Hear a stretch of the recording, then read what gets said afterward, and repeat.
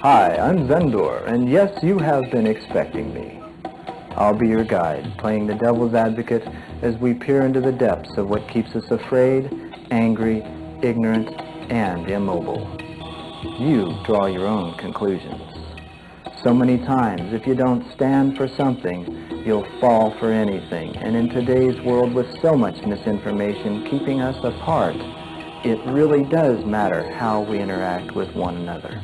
Namaste and in-lock catch, and welcome to this episode of One World in a New World. I'm your host, Zen Benefiel, and of course you're going to notice my theatrical style, so I'm going to take advantage of that. Please subscribe, comment, like, share. Your comments are gold. We will respond. We need you, right? Our conversations are such that we need this interaction. There's enough of it here. Now, also, I'd like you to visit planetarycitizens.net, where you can get a free copy of Planetary Citizens Awakening the Heart of Humanity. I guarantee you it will stir your soul and inspire you to take some action in your own life. So thanks for that ahead of time. It's a free download, no forms, no nothing. Just click the link and you'll get your download. Wonderful. So this week's guest is Professor Sylvain Rochon. He is the author of Engineering Paradise. Are you ready? Now he's also, here's an interesting one, he's the VP of Terrestrial Strategy for Interstellar Engagements at the Alliance for Extraterrestrial Diplomatic Contact. We're going to talk about that a little later, so stick around. He's a strategic foresight and applied AI integration master. He's an award-winning visionary leader. He is a research fellow at Shinawatra University and a co-founder of Psychometrics and the CMO and business development manager there. He's a knowledge partner at Shaping Tomorrow Consultants. He's a graduate of University of Ottawa in high school education and of the Institute of Emotional Pedagogy, which I find really interesting, and training emotional intelligence and teachings. So don't go away. This is going to be one of those apocalyptic chats you will not want to miss. We'll be right back. Decisions across the value chain begin to align based on shared data rather than departmental silos. The business stops reacting to yesterday's crises. It becomes a proactive, self-optimizing ecosystem that pivots without hesitation. In a market defined by chaotic, overlapping disruptions, success is no longer tied to accurately guessing the next global event. True sovereign AI leadership requires an architecture that dynamically adjusts to pressure. You build a framework robust enough to thrive regardless of what conditions materialize. This intelligence brief illustrates the transition from guesswork to market supremacy. Close the execution gap in your organization and secure your position by booking the 10K stress test audit. The future belongs exclusively to those who design it. Why leave yours to chance? Sylvain, this is such a pleasure to have you here. We have so much in common, our backgrounds and how we think and feel about the world and others. And it's just so good to have you here, brother. Thanks for having me. It's great to be here, speaking with somebody of a similar mind and purpose. Very much so. Yeah, harmony and peace among people and planet, right? And our neighbors. So, as you know, our conversations are about bridging that inner and outer world and talking about things that we don't necessarily talk about, the weird stuff. That's WYRD to our audience. Look that up if you're not sure what it means. And it's part of our lives. It's something that really manages our consciousness in the outer representation that we experience. So these are things that are important to talk about, especially as we're co-creating the emergence of this new normal after COVID, that we're still in that VUCA state, right? So in your beginnings, Sylvain, I know you've had really interesting adventures and thoughts, maybe not necessarily experiences. However, as a kid, how did you find out, or what did you discover that led you into understanding that there's more to this world than what's right in front of us? Um, it was a journey in my beginnings, like since I may have been 5 years old, kind of early Mhm. understandings of the world. I just had a feeling at the time because not enough understanding of what the world is Oh, we about, don't have the right? vocabulary to articulate anything, right? No, I just had a feeling, and I was kind of uncomfortable in my skin. I wanted to. I had a feeling that it was something that I had to do, like it was a personal kind of ego thing. I had to do something for the world, right? Hmm. So a compulsion. And then I was a pretty smart kid, was really good at school. At the time, no internet. I have to remind people the information access was different than what it is now for Oh, the young ones absolutely. out there. Absolutely. So I would read a lot of books in libraries, right? So that was the information access, and just because I was avidly trying to understand the world, trying to understand what it was, and there was always the news on TV, things like that that told us stories and things like Hmm. that, and um, and that helped me a lot to understand what was going on. And I stumbled upon a lot of mysteries while reading, so a lot of paranormal books, right? And those intrigued me because they were mysteries that were unresolved, right? Right. And I also fell into science, which is also about the unresolved, right? It's like, And the curiosity in the kid just couldn't wait to explore, right? right. So it's just trying to figure stuff out in a very general way, like Hmm. paranormal. So the unresolved there, the unresolved in more traditional mainstream science, and what we know, what we don't know. But it And seems that both of them somehow fit in, right? yeah, and I followed the scientific track, like it's from school, because of that. Like I just developed a scientific mind, like of inquisition, Well, sure. The and scientific method, I don't know of any other better method for inquiry and testing yeah, hypotheses, right? Now, it doesn't mean that it's always data driven because there's an experiential side of it that you can't really define in data, sure. But strangely enough, I've or been at least guided couldn't, by right? feelings, but I've never had what some people call experiences, like with ETs or UFOs and things like that. That never happened to me personally. I Yeah, read that's about my it. side of the fence. Yeah. So I read about these things, and Mm. and in fact, and when I was 13 years old, so a bit later on, in my high school years, I read a book that my father brought home called, and at the time, the book was, I think it was called The Book That Tells the Truth, or maybe it was a different, because I know the title of that book changed over the years.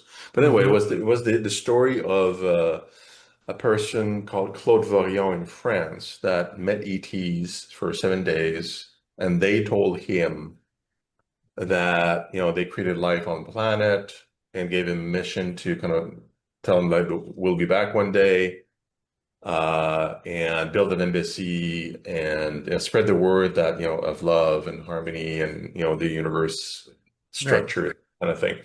So I read that book, and within it, what was interesting is that within those meetings, um, Yahweh, which is the specific Eloha that Rel was Hmm. meeting with, that's the name Oh, that I was always thought, applied. you do it Yahweh, I'll do it my way. Yeah, yeah. So he described a lot of passages from the Old Testament, let's say, to explain what happened, because that's old history, right? Oh, And when I drew from all the other stuff I was reading about the pyramids and the old human history, it's like, oh, that kind of makes sense to me, that there would be that interaction, that ETs would be around. It explains like why we're here, because it's not just random. It kind of made sense. It made sense to me, and that was one of the first books that really put things together in perspective. All sorts of mysteries and putting like ETs in place, not a mystery, but like a real actor in Perspective. the universe, right? Like Yeah, yeah, that yeah. around. Did you find that during that there were others like you, or were you pretty much by yourself? And of course, Well, the open-mindedness gives you a chance to at least explore what else might be there. yeah, exactly. It connected me, my father, because my father was, really latched onto that as well. And we Hmm. met other people that were of same mind, so I'm not alone. And it just made sense from the universal sense Sure, of thing. And then later on, like with the internet, where we got a lot more connected, than I met a lot more stories like that, and opened up a lot of it explained a lot about the universe, at sure. least an explanation. And as a Well, at least you scientist, were like listening, right, to raised a lot of others who questions were having too. experiences and trying to relate how that equates in a science model, if you would. Exactly, because I am a scientist, so it Hmm. raised a lot of questions too. So as always, when you have some questions answered, you also end up with more questions. So you keep following That's the kind of what breadcrumb. happens, isn't it? Yeah, That's the paradox in it. As soon as you know something, you got more questions. yeah, and that's what's cool about it. So Absolutely. so I kept doing that basically, and kind of making Hmm. sense of things, and eventually, over time, and I was volunteering with the Iranian movement, which is something was started by the founder of that book. Like I met Hmm. him on several occasions, That had to have been we know each fascinating. other, and I What was taught that him. like? Because, we're talking about this, people hear about this, they kind of like, I don't know, right? And yet there's some of us go, yeah, right? And so what was that experience with him like? He well, again, I'm not a believer type, right? Hmm. I understand. So You're what one might call a skeptic. You're skeptical, but you've got some optimism. right, right. Like I'm not a skeptic, like as per the modern definition Right. grouping. I'm a skeptic. So it's like, okay, like I'm feeling you, but you have to Trust but convince, verify, right? right? So exactly. So I Yeah. the story made sense, but then like maybe the person's just telling you a story, right? Like even Sure. though it makes sense, it could be science fiction, right? It Right. could Well, and be without something a like, direct experience, which most of us don't have, yeah, what have we got it to compare to? Right? that's right. And it's not something you can prove Mm-mm. easily. Like unless like I love listening and reading Neil deGrasse Tyson. I don't know if you know who that is. He's a scientist. He's the director of the Hayden Planetarium in New York, Yep. and he's an Very educator. familiar. And yeah, he does a lot of Yeah, he's great, and talks and great stuff.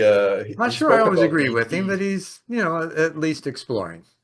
Oh yeah, yeah. No, I think he's helpful, really, Yeah. in many Yeah. ways. And Absolutely. in conferences, he's asked often about ETs, right? It's like, do they exist and things like that. People are curious, and he's very rational about it. He says, well, like I'm open-minded. It's like, but give me proof. Right. Now, if Well, you then you've meet got an guys ET, like Steve Bassett who helped put together the mock Congress, right? And the mock Congress were actually senators that participated in a mock UFO disclosure yeah, Congress or um, setting. And then and Steve Greer did the same thing with disclosure back turn of the century. Steve Bassett's was a little more recent, and now Congress has actually opened the door to finally start really, at least openly, authentically looking rather than doing it under the veil of, oh, this is just a mock hearing. yeah, but Right. it's not such an explosive topic as it used to be. So the politicians are willing to touch it now. So it's Right. which is nice. Yeah, because there is some kernels of information there that I Well, think and you would got be the Air Force helpful. videos too, right? Yeah, but anyway, to my Yeah. point, the Neil deGrasse Tyson, he says, well, if you have an experience with an ET, like grab something of their technology or something, put that in your pocket because you need evidence to, otherwise it's just your account, right? And then you go back and you tell your story to people and people may believe you or not because without evidence, maybe you imagined it, maybe it's illusion, there's all sorts of stuff Unless that, while that you you're can say, telling it, they suddenly get the same vision that you had in the experience, right? Which has happened, right? I which mean has that happened. because their favorite methodology of communication is telepathy, and man, they can shove a Yeah. lot down that glass tube. Yeah, but in Rael's case, there's no physical evidence. Actually, Right. he as the story goes, as he recounts it, he's in Sure. France. He's a journalist. He has a camera with him all the time, right? Hmm. But then that morning he felt like he had to take a different road, and he went to an old volcano, Puy de la Sola in France, and went for a walk a bit earlier before going to the magazine where he was working. Hmm. And when he went for his walk, he did not he left the camera in the car. And he wondered like, what what did I do? Because then like there's this flying Right, saucer right. that Hating comes down. himself in It's the like, moment, oh my right? God, I don't have my camera, right? Yeah, Because yeah. he's a journalist. And he was told like, no, we compelled you to do that, and we kind of guided you so we can meet without the camera, so that you couldn't do that. Well, it's It interesting has to be with that just instance, right? How yeah. they influenced him, they didn't control him, which is one of the Yeah. distinctions that we need to make that they're there for assistance, they're not there for dominance or control. It's always a subtle, well, you might want to do this, or an impression, you might want to go this way, or you might want to leave that behind now. Yeah, it seems to be a pattern of nudges Hmm. more than anything. So it's kind of subconscious nudge, which is to Sure. me, it's a bit like control. I mean, it's a light touch of it, Sure. Well, it's a but you're seeding still of a thought fully that you can aware of choose what you're to trying to pay do. attention to or not. Yeah, exactly. And anyway, so Mhm. they had a conversation without evidence, and it was on purpose. So tell a story. And the way they described it to him is that, well, even if you had evidence, it's actually going to be a hindrance because people are going to question the evidence. Has been tampered with. It's like so it's not useful. And we've seen plenty of stories about actual evidence that is basically dismissed or discounted because people just don't want to believe it anyway, right? Right. And a photo is not a great type of evidence because that was in 1973, so that's a It would while have ago. been back then, but now, Now, not so much. But anyway, yeah, those were the people, the early people and stories that kind of formed my view of the world. And since I've met a lot of other people who had contacts and communications with ETs of various types, of various methods, um, but I've carried the objective in my mind to carry humanity into a different era. Like I hmm call it a golden age because it sounds good to it's me, been called but an that. age Age of where, Aquarius is another thing, right?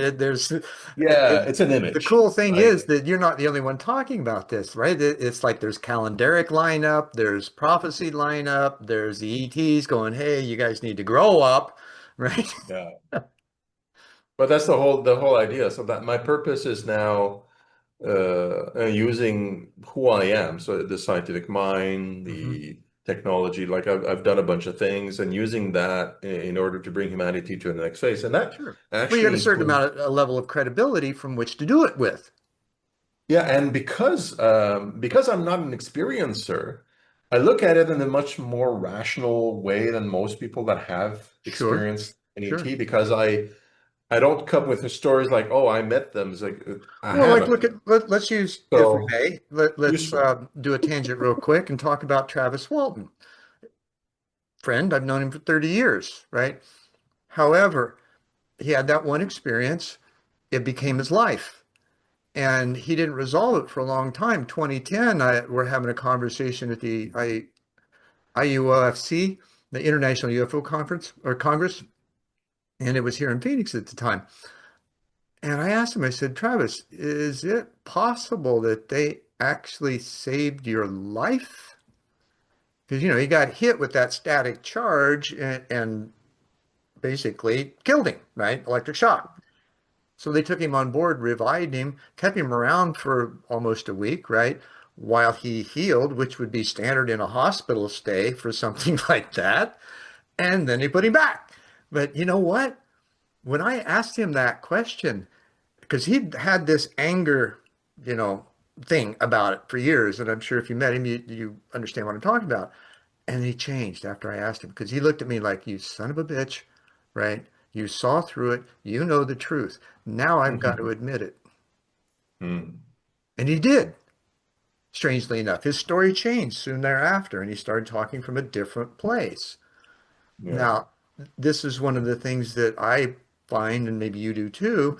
Let me reverse this. What do you find with people who have had experiences and their level of comfortability with them from fear to unconditional love, and what kind of responses that they felt or how they felt during that process, whether it was, frightened or like, oh, this is really cool and I haven't felt this much love forever.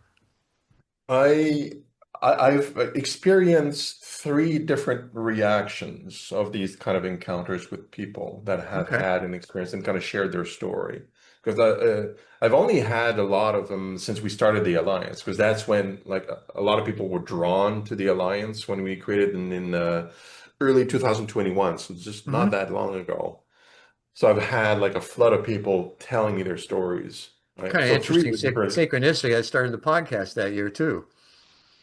And I can get like something happened in 2021, 2022, where a lot of people got kind of awakened because a Yeah. lot of stories start there, which Well, is COVID, I mean, look like at it. So it gave us the opportunity through the obsession and self-hygiene and sequestration to sit still and examine ourselves internally. What are you going to do oh, when you you're mean the sitting? pandemic? I wasn't talking Yeah, about the pandemic, although it could be a contributing factor. I'm talking about um, the uh, aftermath the possible result or after of science, as the case the may be. weight, like because of the pandemic. Yeah. A lot of people, when they come to me, they say, "Well, I started communicating, or I started like having visions, or I started being having new aptitudes kind of awakened at that time Hmm. by ETs." So yes, you're right. It's a coincidental. So it may be a You cause know of as well as I awakening. do, there are no coincidences in how this is I don't think so, unfolding. and I don't think it's because of the pandemic. It doesn't make sense to me. Well, let me People offer were this busy in though. different ways, Everything is a process and but sequenced, right? So the yeah. pandemic opened up the door, got people to questioning, looking. Then they can begin speaking because they're actually listening to something different now. And that So it could wouldn't have have been a happened contributing had the factor. pandemic not Yeah. happened.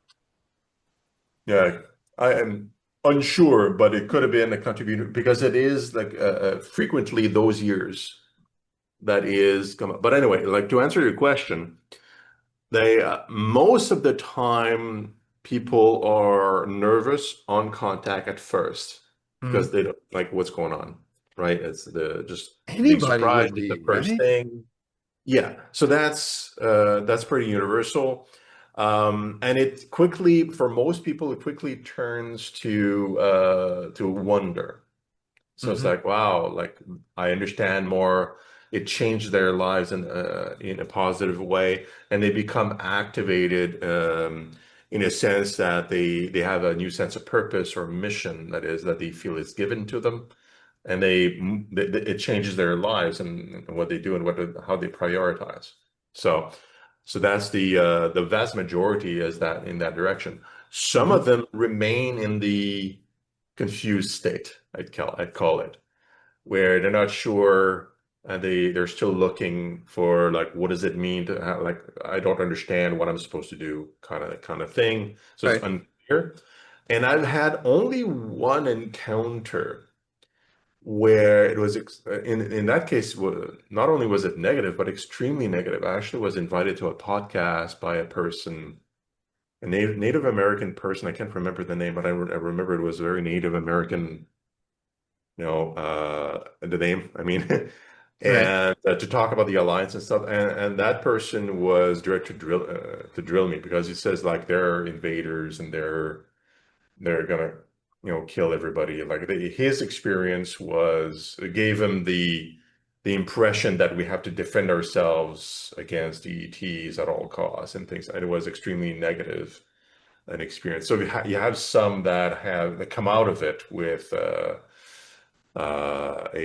bad feel, let's call it. Well, Yeah. yeah, and so therein you want to look at their backstory to see what they came into the experience with, and people who are really from that, I have to say, culturally, Native Americans have a real anger towards especially white people culturally, right? From everything that we put them through. So there's this aggressive energy with them that can turn into that fear-based. And I know and I know we've talked about this a little bit from the experience I had with a draconian that's normally seen as a negative kind of being because their energy is so strong and it's Mm. really high frequency. And when they show up, if they don't bring it down, it's like getting hit with a freight train. So there's an immediate fight or flight reaction to it. And from that place, you're going to think it's a negative being and you're going to run like hell, right? On the contrary, on the other side of that, if you're able to release and just let go of that constriction in your heart, and come at it from a place of openness and fearlessness, because there really is nothing to fear, then you see them and feel them from a whole different place, and your own energy level just soars accordingly. Now, Yeah. I've experienced that from direct experience. Now, contrary to others, I get the fear thing. I understand how it happens and why. And there's a lot more on the other side of that when you're able to allow yourself just to have the experience without the fear. I think there's a lot of truth in what you're saying, and this is doesn't come from me specifically, but from a researcher called Preston Dennett. I I don't know know if you're Preston familiar. Okay. So he wrote like now probably by now a like 30 lot, books on the topic. And he did almost a as lot. much as He did, me. yeah. He did some research at one point and wrote a book about at least one about experiencers specifically Hmm.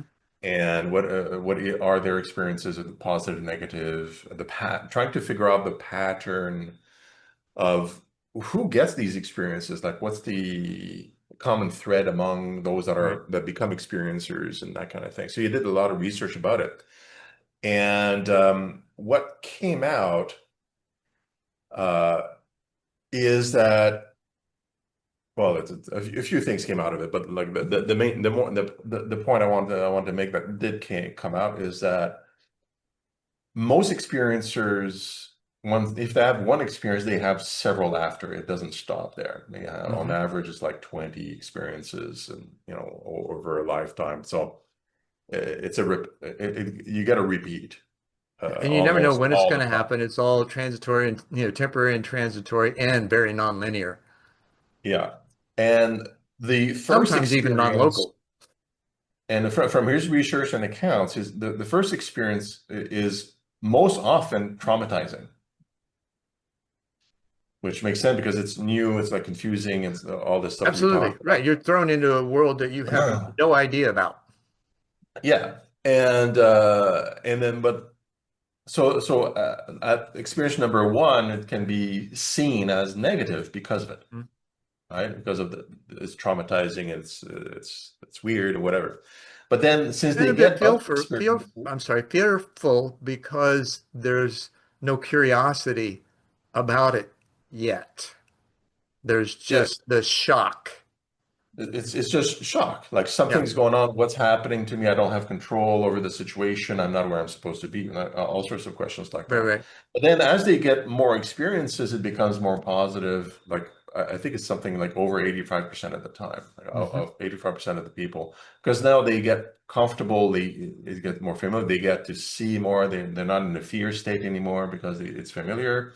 they get to see, ask questions, Right. experience, and now they see, oh, okay, like it's fine. Like I'm going to be fine. And it becomes quite positive on a vast majority of cases. So Hmm. that's an interesting thing. And it makes a lot of sense. Well, I'm glad you brought Preston up, made that reference. There's also another guy, Ray Hernandez, that put Mhm. together a book called Beyond UFOs: The Science of Non Non-Human Intelligence, or something like that, or Non-Human Intelligent Something like Contact. that. I don't remember either. 4,000 surveys that they did on contactees to compile all that information. You had a guy, Rudy Childs, that helped him compile it all.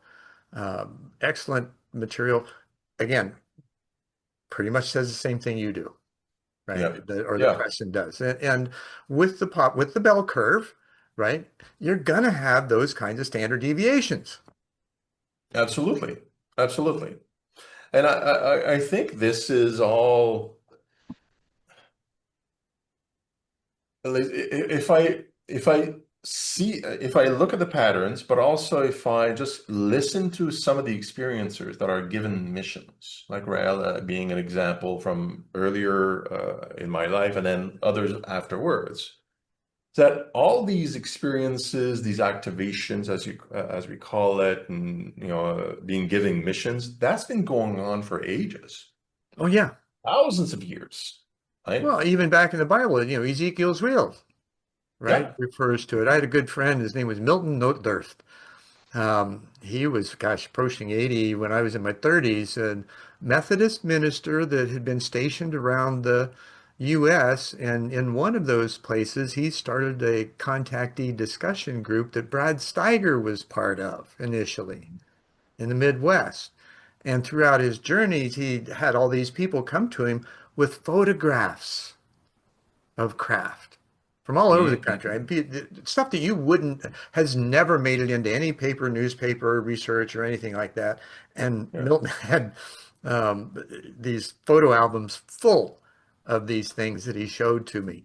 And a very humble, wonderful human being. And so he would speak on how UFOs were sprinkled throughout the Bible and how that and the potential of how some of the information actually got transmitted to humans in a let's put it a dumbed down way because Mhm. even with the number the 666 we thought it was demonic for so long without understanding our biology.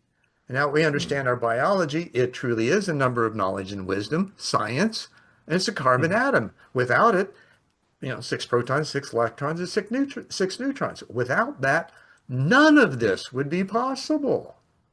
I have another explanation for this. Actually, this comes from Rael's encounter with Yahweh. He actually talks about that. 666 is at least what he's been told, is the number of generations of humanity from the earliest iteration of humanity up Yeah, to that just the doesn't the age connect. of apocalypse Yeah. where we are now. That That that seems too could complex be. and doesn't have anything to do with knowledge and wisdom, right? That would be Well, it's science. just a number of generations, like human generations. But the point is, I think 666 and a lot of other things from the ancient knowledge Right. has been converted in meaning Well, Old Testament said, to, beware of, right? And it yeah, points out things not that you're not supposed to touch, right? Like yeah. astrology and tarot and all that kind of stuff. But the first thing it says is beware. Well, maybe it does say be aware of, because therein are the tools to help you find yourself that others that are sensitive can use. Let me tell you something. This is something that happened to me last week, right? They're relevant to this, like and people. This is my mother, Hmm. who's 79 years old last Monday. Bless her heart. Happy birthday, Mom. And yeah, and she's an avid reader and writer. Like she's full up. Like she didn't age in the last 20 years, basically, Oh, right? Like that's she awesome. through That's retirement. awesome. And she encounters this video because she's very interested in genealogy Hmm. of the family tree, and she's always been very interested in religion and scriptures and things like that. And she's an atheist. right? She used to be a nun like way back, and then she became an atheist later on. Well, that's kind of Anyway, the best questioner, right? It's like yeah, the agnostic almost. very like just trying to understand religion, like where does it come from, like Right, from a right. really functional point of view. And she came up with this video of, and she shared it with me, and she's like, "I got to talk to you about this last weekend," and we did. And this video was a video from a couple of researchers, one of which is a biblical scholar that works with the Vatican.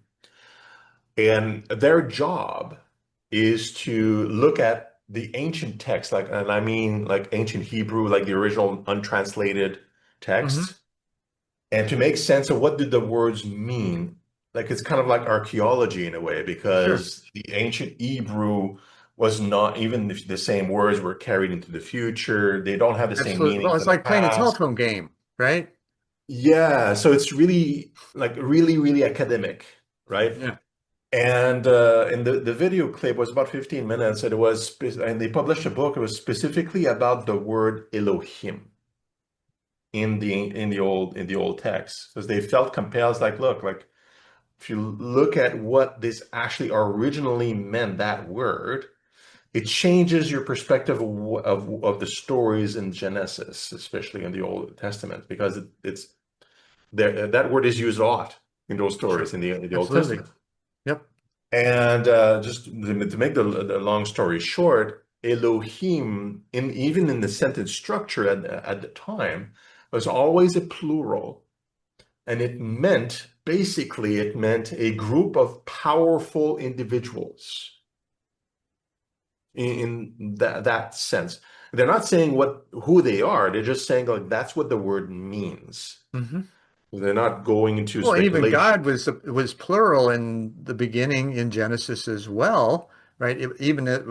In current texts, it doesn't necessarily say Elohim or Elohim, but it does refer to the plural. We were made Yes. in their image. Right, and that's where they explain that it's fascinating, because it was plural Elohim in like their image. It's a group of people. It's not one.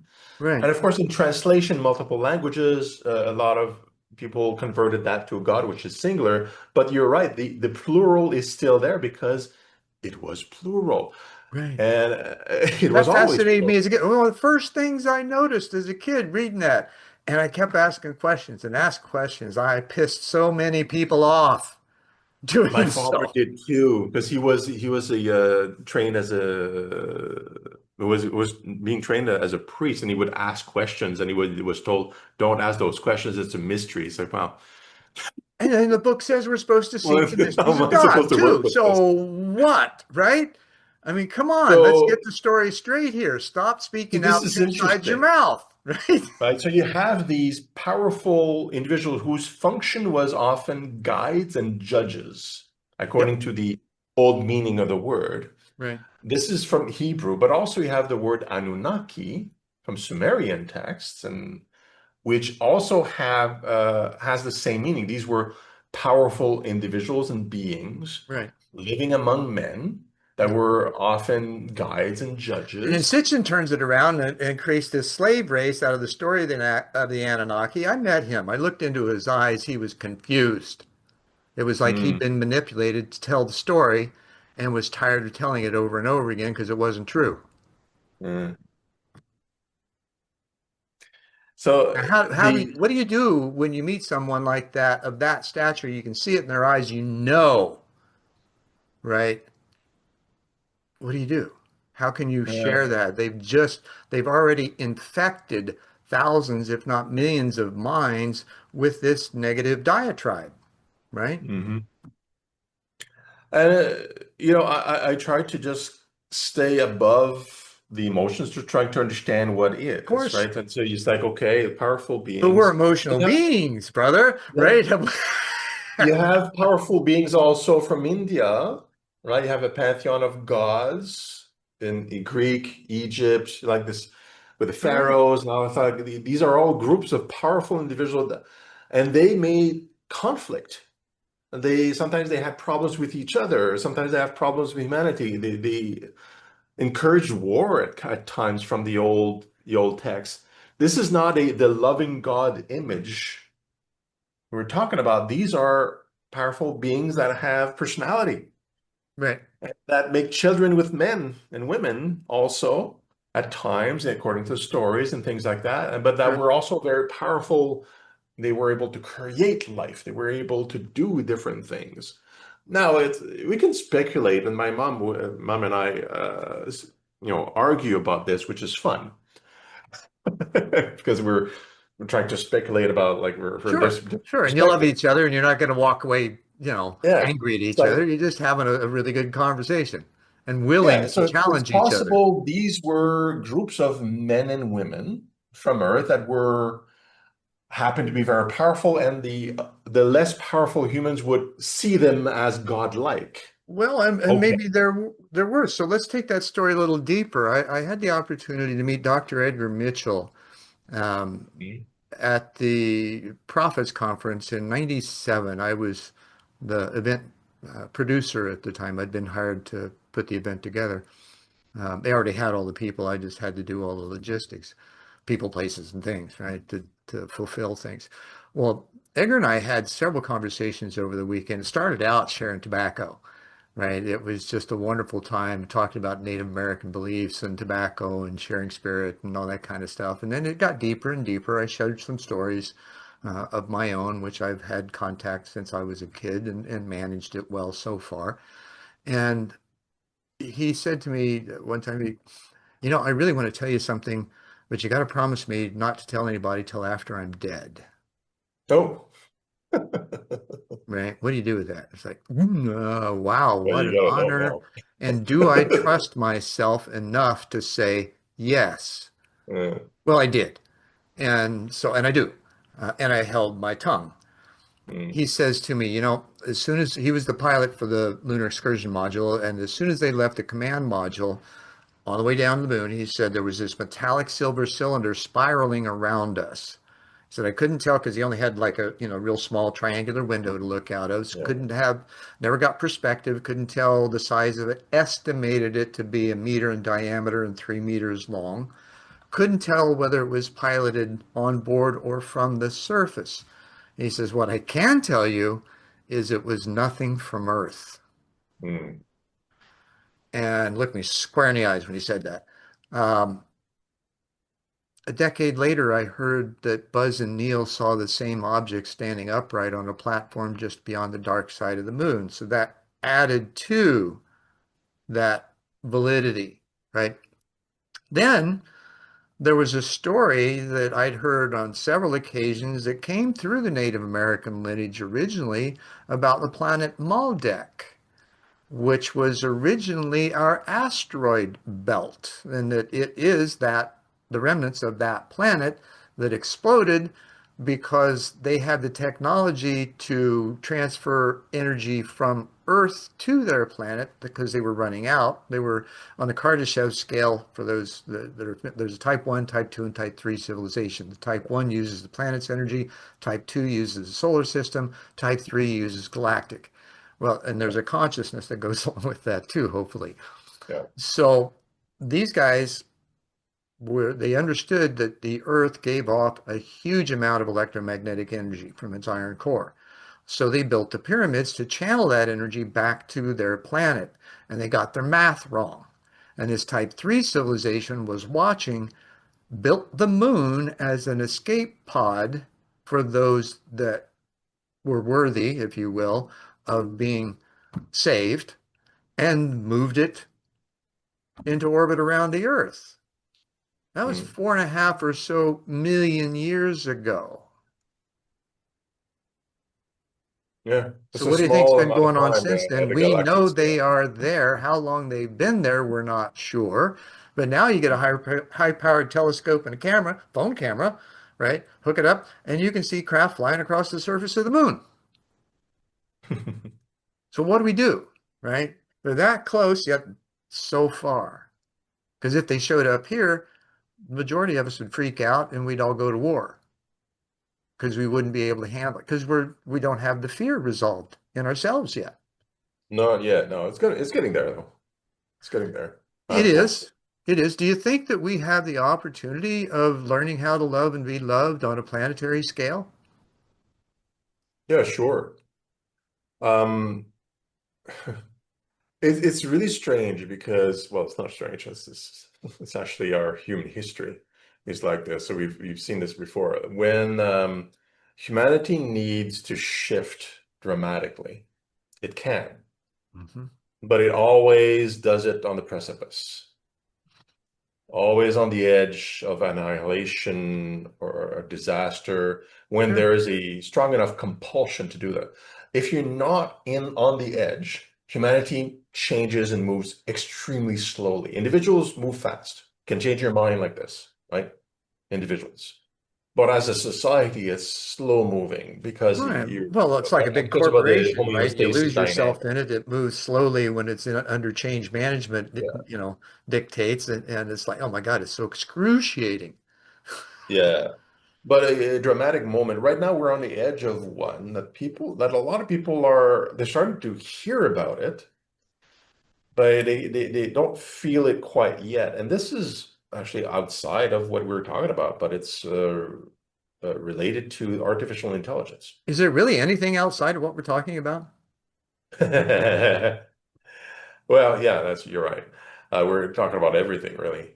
But Really? AI is because of it has a double exponential effect.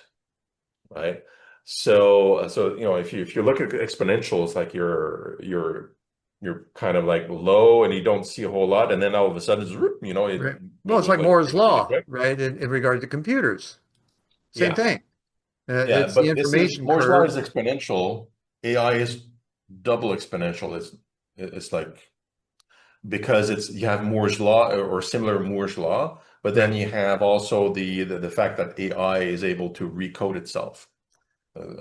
Which Right? is that So recursive which is function, double. right? It's the Yeah. recursive function that it uses to better itself, to query itself for problem solving and learn as it goes. Well, gosh, isn't that a mirror of us? I mean, it's human intelligence. It's not artificial. You're It's correct. in a machine, but it's not artificial. It's human data that's been recovered from everything we've produced, right? Some A of it may person not be actually, true. a person wrote recently that he said like it's not artificial. That's an old term, right? Artificial intelligence exists since 1960s. Like we were faking intelligence using algorithms and software. Like it was not true intelligence. We call it artificial intelligence. It's simulated intelligence.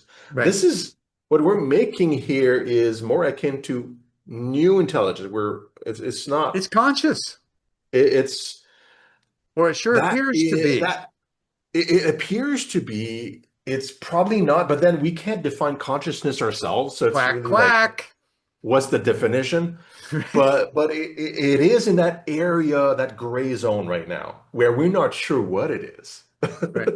Because it depends on how you define intelligence and so on. But a person recently wisely said, like, let's stop calling it artificial intelligence because that doesn't give the right story. We can call it Aggregated would be something like better, right? machine intelligence or alien intelligence because it's not it's Well, now here simulating us, but you it's just a brought up different something else, intelligence, right? right? Because this is all electronic, right? We're all vibration anyway. This is electronic data. Higher intelligence beyond ours can have access that we don't even know exists, right?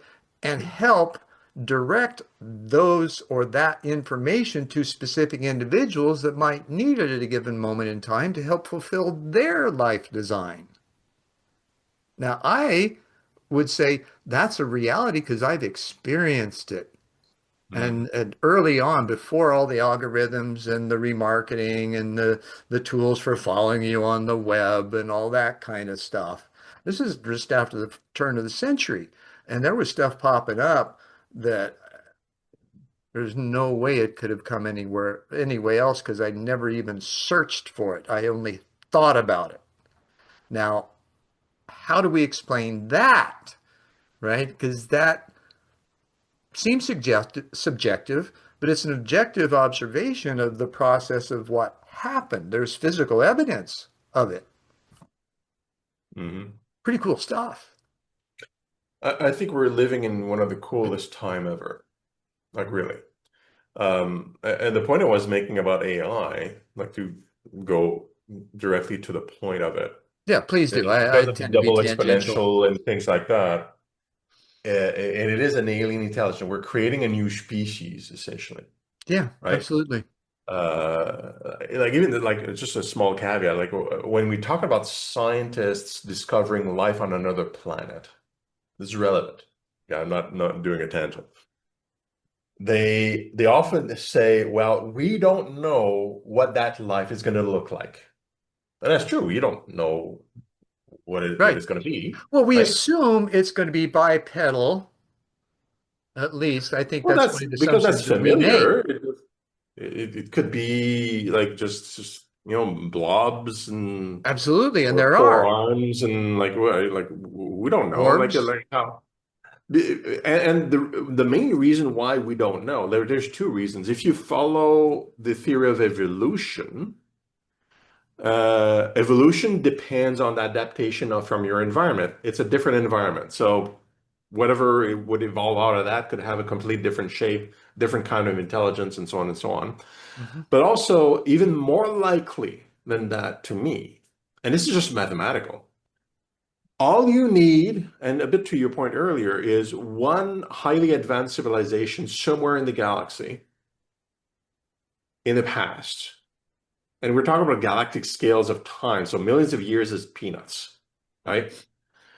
And they could seed millions of planets, creating life everywhere according to their own idea and design and creativity, and seed everything, right? And then what we're seeing is not an evolved species. What we're seeing is a created design species for that planet, which could have any kind of design possible, right? Mhm. So the reason why this is not a tangent from the core subject is that the scientists are saying, oh, we don't know what life, intelligent life may look like. It could be also technological. It could be biological. It just works. Intelligence is the faculty of being able to reason, interact with your environment, being aware of it, things Well, like life that. It forms could be occur mechanical, based on, biological. It's just a question of like what kind of components are making up the sure. machine that makes us intelligent. It can be various forms. So we're creating life essentially, right? We're creating intelligence in this sense, and it can reproduce itself and improve on itself way better than we can improve on ourselves and way faster. And that's going to be the precipice.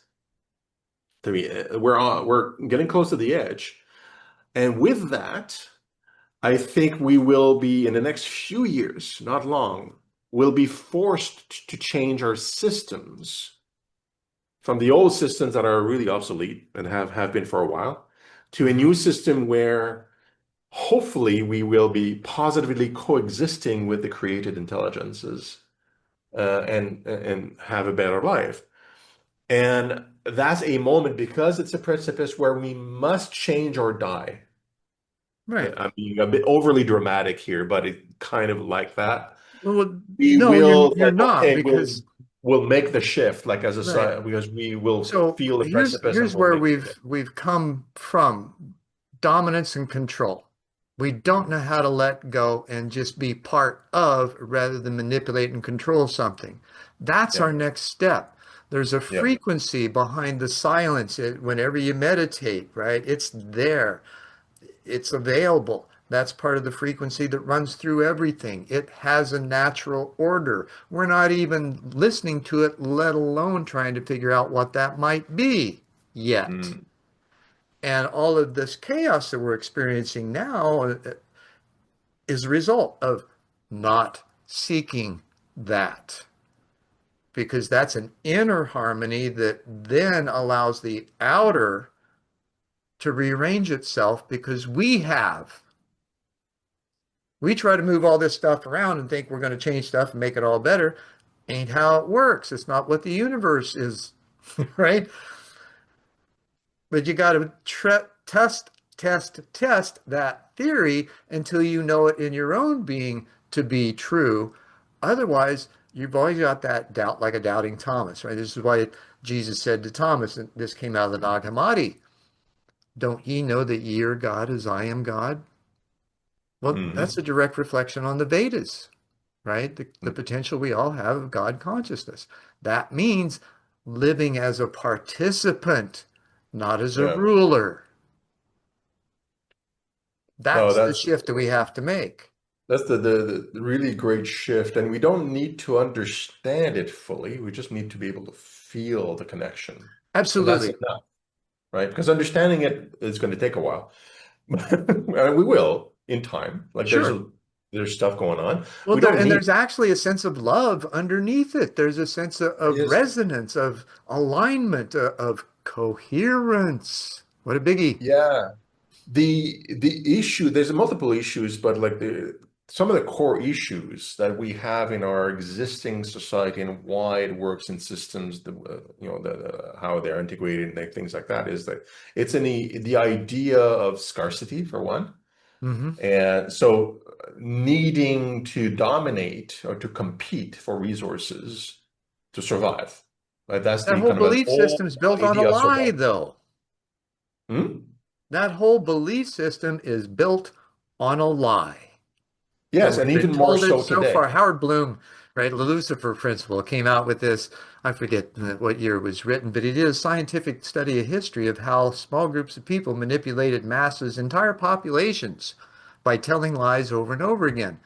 Yeah. Well, I mean, where are we now? We believe in a fictitious system, and we're finding out that it's one that's a cultural collapse, Yeah, and not a it leads co-creative to a one. lot of misery. Yeah, Yeah, and people want to keep it that way because that's where their wealth is and what they control. They want to let go of whatever control they have, and that's also very human, right? You want to absolutely. keep what you have, right? Because Right. you the But we're fear of loss. spiritual beings having a human experience. We're not human beings having a spiritual experience. And we've got that backwards. Yeah. So that's a big shift, right? Like that has to happen because the reality, and that's what I tell myself and I tell people, it's like, well, you have to just understand what's real. The reality is that we are all interconnected at the fundamental level. Hmm. We're not separate. So if you're like the idea of like, I'm going to control this and I'm going to keep it, it's an ideology of isolationism. Like I'm separate from everything else and I get to keep this and you are outside of that and your stuff is outside of that and I keep my bubble. That's not reality. That's an Well, illusion. let's look at this. Growing up in the early stages of maturity, right? That is a reality and needs to be because you have to learn self-awareness and how to be in your own skin, right? Yeah. Once that's done, then the next step is, oh, I need to be able to work with others because I'm not an island. I got to Hmm. find myself first. I got to find that self-love within me. So I got to isolate to do that because that has nothing to do with anybody else. Then that switch flips and it's got everything to do with everybody else. Yeah. It's maturity, basically Right. understanding that you're part of a whole and it's a planetary whole, and you're just playing a role within it. So it's bobbing and weaving on a wave, not Right. trying to control the ocean. Right. Well, Because that, you led right into planetary citizens, right? And yeah. we all are, right? Literally, we're more than that. We're also children of the earth. And the reason I say that, we are made of it. Every cell in our body comes from something we ingested. Yeah. Where'd that come from? The earth, right? So there's all this intertwining of energy that we're all part of. We can't see it yet. Some can feel it, right? Because they're more in their bodies. They're sensitive to those frequencies and the energy of another. And then there's still those that are stuck in their heads and think that, living from the shoulders up is going to manage everything correctly. You're forgetting your body. It's the transceiver that feeds the head, not the Hmm. opposite. Yes. Your body is a whole sensory organ, essentially. Absolutely. And that's just a CPU, that's just a processor, right? Like Yeah, the processing all that information. right. Yeah, body's So all the peripherals, right? And yeah. it's a multi-sensory peripheral system, and then it feeds that supercomputer that then says, "Oh, okay, now here's where you might want to go with that." hmm There's I think this is something that Rael said, or it could have been somebody else. But I really like this. It says we were designed, like, body designed to experience the universe Hmm, absolutely. and to be part of Hydrogen. it. We start with the Yeah. hydrogen atom, right? It's the least. Sorry, I'm passionate about this. If you can't tell. Um, so from hydrogen to humanity, hydrogen has a proton and electron. It's the only element in the entire periodic table that's binary. The rest are tertiary. So in the scheme of the universe, there are no anomalies, which means we're missing a third element there, kind of like the Primeron contact, right?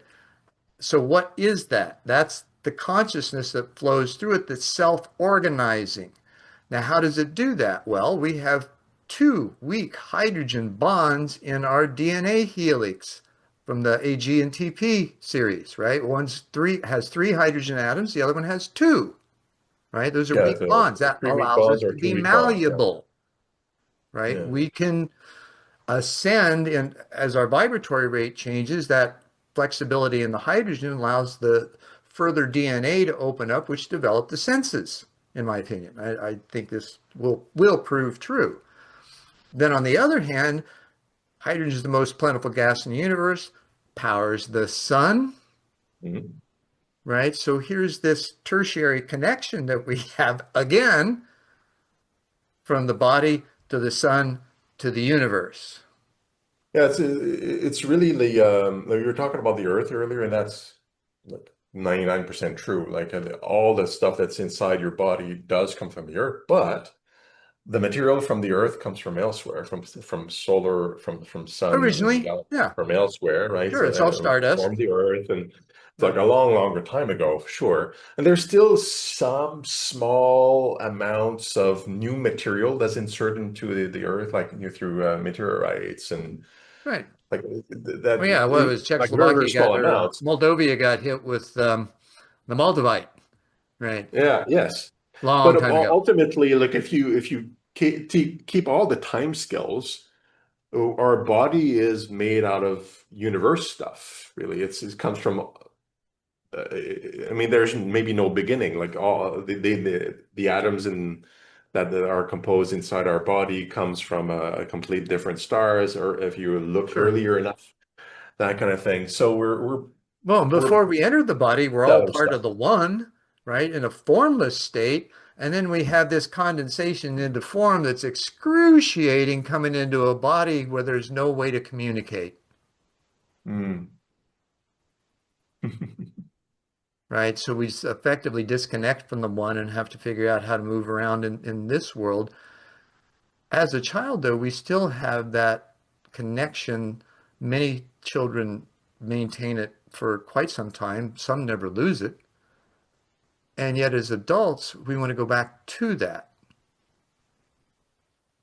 How do you find that process working in your life and in those that you encounter? I think that's also a really great point of development and maturation, where children behave like children with awe and wonder and connection, kind of feeling yourself through not Mhm. really intellectualizing, right? And then as a teenager, you transition, trying to now you're rationalizing, you're reasoning, you're developing the analytical and questioning everything. Great Knowing more stuff. than your parents. Yeah, Right. all that stuff. But as an evolution in discovering like understanding and kind Sure. of wisdom Sure. in a way, right? And as adults, you kind of we kind of like figure that, well, to be wiser, to be better adults, we have to continue rationalizing and be more intellectual. And I think that's a mistake. Agreed. That's a mistake. I think just Not because the necessarily a intellectual mistake. part, It's just an error in judgment. yes, true. So just because our ability to rationalize, intellectualize comes later, doesn't mean that that's a better way to see the world. Right. It's just because it develops later.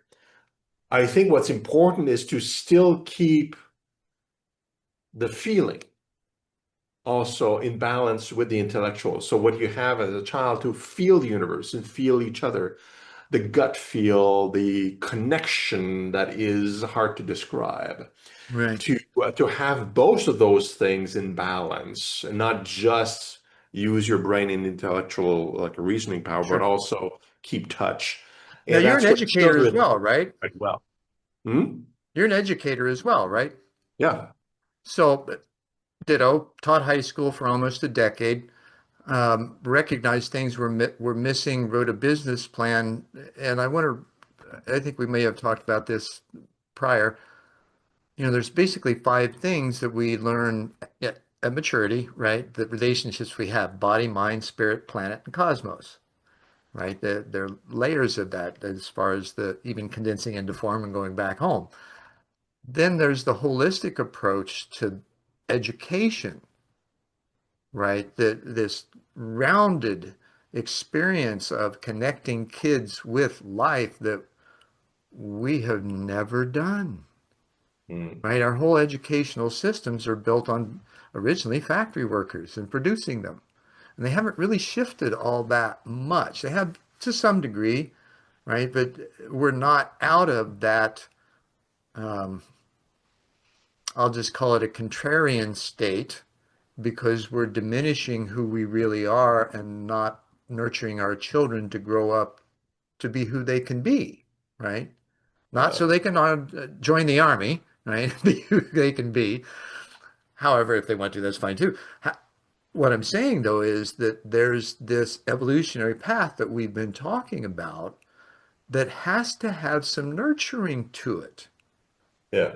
And that takes educating our children about it and not allowing the system that's already in place to continue diminishing their lives and ours and the planet's in the process. Yeah, absolutely. And this is something key that I wrote. I'm not sure if I wrote it in Engineering Paradise or I wrote it in the manuscript that followed that I never published ultimately.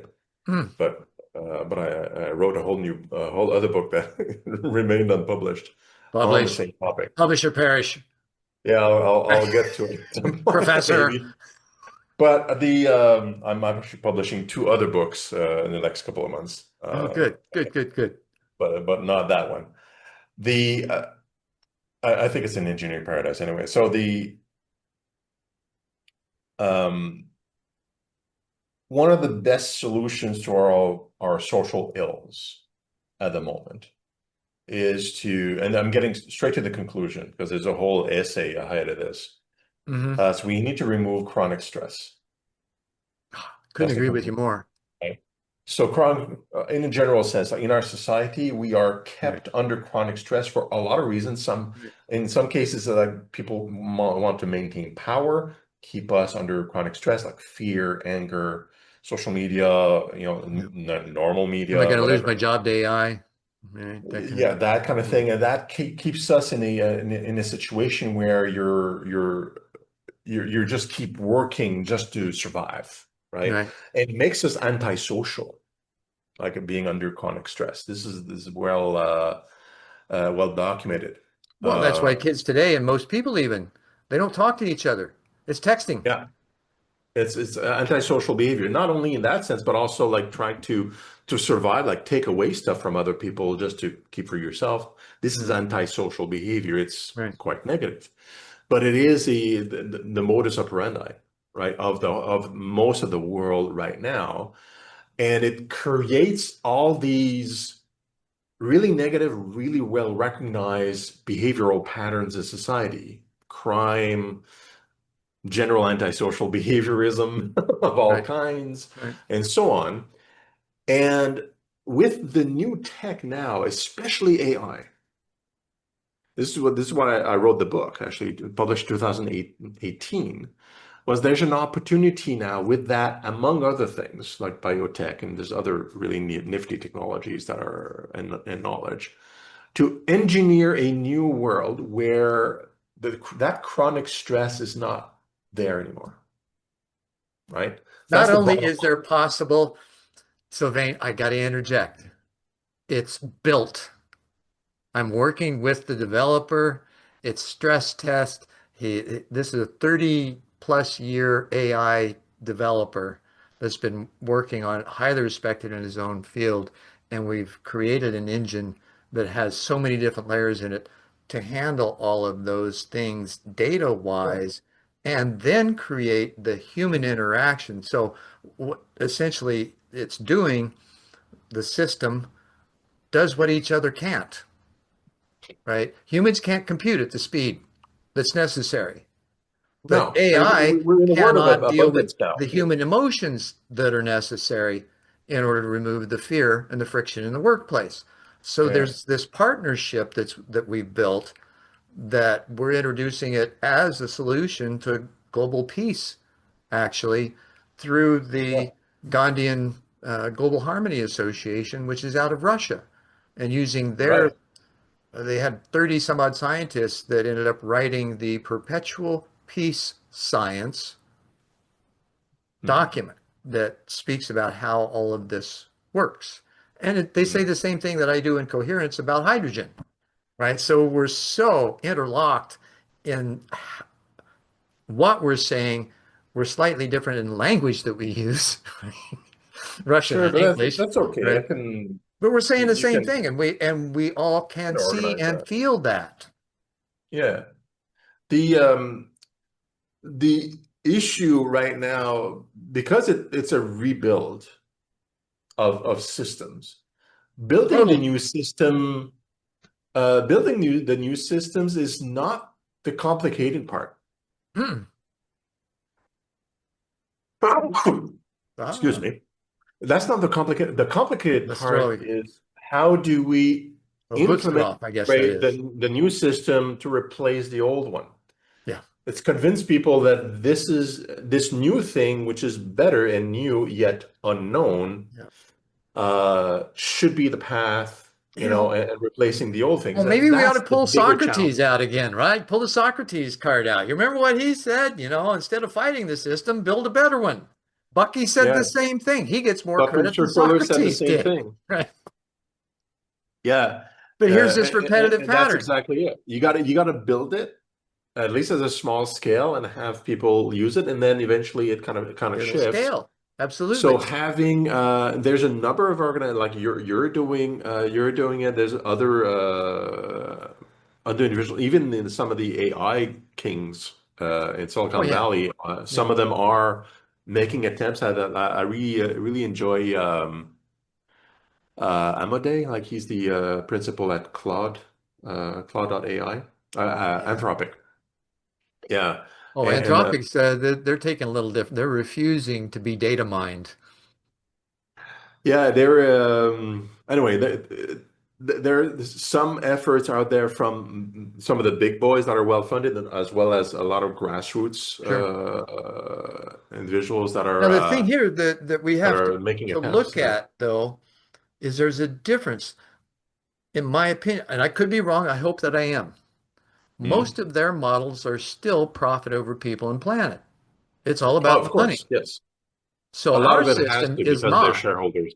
Yeah. Yeah, The system we've built is people and planet over profit. Doesn't deny that profit needs to be there because that's how we grow. yeah. It's not the focus.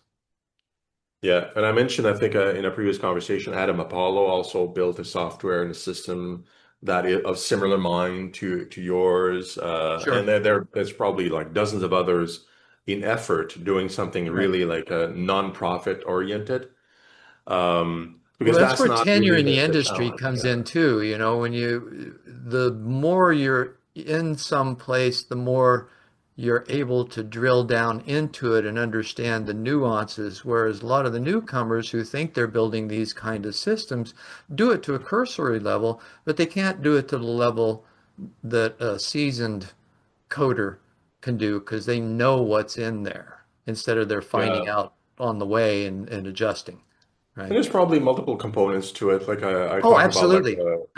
Now, wouldn't it be great systemic if they all changes. just Like fit together? we have to reform the governance systems, economic systems, social systems, education systems. Now, Sure. there's multiple components that are similar to each other, but using similar tools, but they're different in many ways. And then you Sure. have the adoption on the adoption side, which is the big challenge is that, right? Right. But like I talked about, we talked about the precipice, right? You get to a precipice where things start collapsing visibly. We've been on the edge of it for a while, but now it's become more personal to the individuals. Like when One would hope. yeah, because when there's more and more people, and you're starting to see it in the stats now, especially young graduates, because it always hits from the pocketbook point of view. Like young graduates, I think the stat I was reading just like a few days ago, in 2024, so very recent information, it was like 40% of graduates, university grads, get a job in their field. In 25, it was 33%, lower. And the expectation is going to be lower in 2026. Reason being, this is just like one indicator, right? Hmm. Reason being, companies don't want to hire juniors because they train seniors with AI instead. They don't want to train it's more cost effective that way. Right. Right? Where it used to be more cost effective to, hire the young ones and train them because you can And groom train them. them, and they stay Right. legacy, they stay in the system for like 30 Yeah. years, that kind of thing. Now it's like, no, I don't want to hire, I'm just gonna get more AI in because that's smarter. It's going to iterate, it's going to support somebody with wisdom and that understand the process, the system, and then has experience and things like that. Right. So the young graduates, like they're saying like, okay, like that doesn't work for me. Uh because like what do I do? So they Right. become entrepreneur, gig workers, and other things. But that's the kind of like these kind of pain points that are ramping up quickly creates direct pain for the individuals in a visual way, like in their direct life. And it's not just an idea like climate change, for example, right? Climate change is a thing, right? Planetary heating is a thing. It can become quite disastrous, but people don't feel it themselves individually. Yeah. So they are not motivated to move about it, right? But if it captures or impacts you directly, then you get to see it. And then if enough people get to see it personally, that's when people go into the streets and they mobilize as mobs. It's like, okay, like we need to change it, like bring out the guillotine or whatever, whatever the thing is, right? They go out and Off with their let's heads. drastic change. I'm not Right. suggesting that the guillotine is the answer here, but let's all go out like, okay, we need a systemic change, and that's when things go from one thing to another really quick. So that's the precipice concept, is when you get to that point when it has to hit the person directly and personally for them to be animated.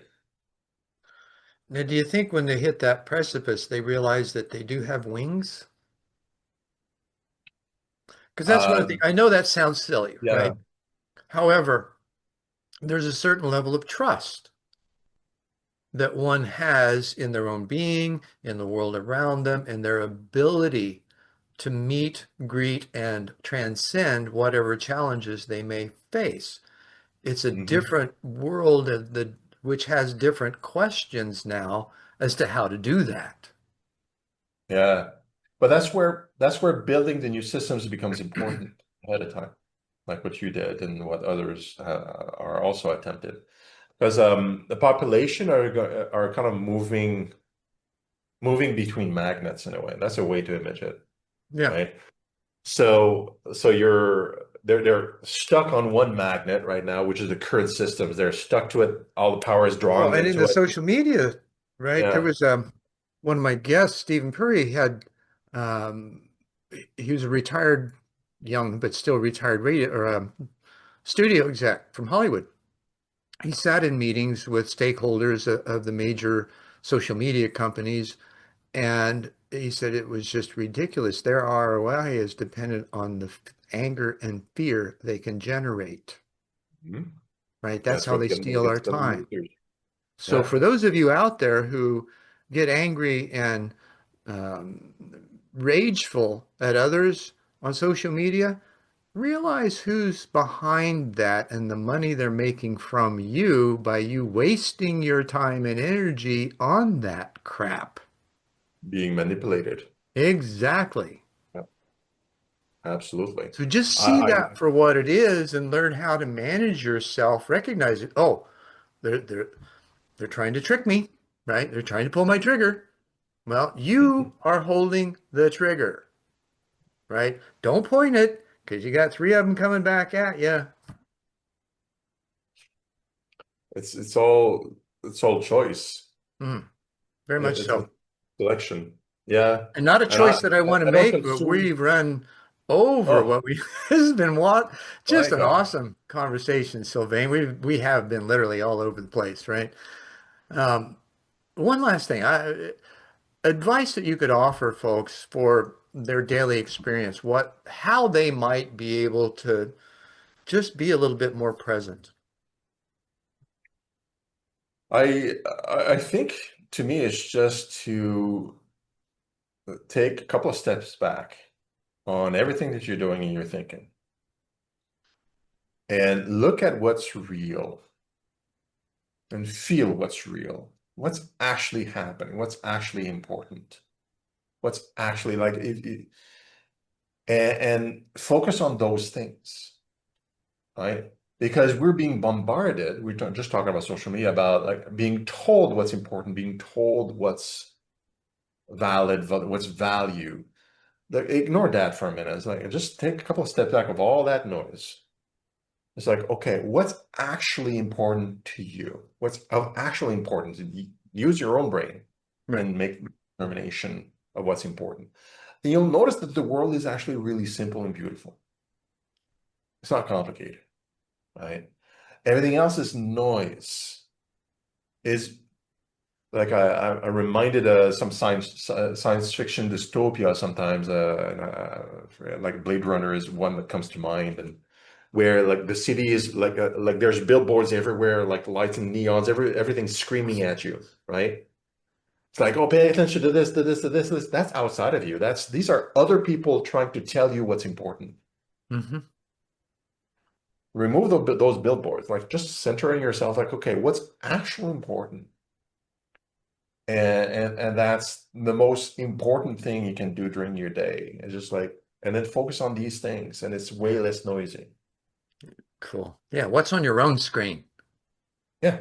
right? Well, what do you put in your screen? Because Yeah, you're the one that's exactly. that should be Exactly. putting the billboards and notes that you want. Sylvain, this is just amazing. Thank you for your presence, your work, your guidance, and your efforts toward bridging these worlds and others. And I look forward to the eventual time where we can have some fun together too.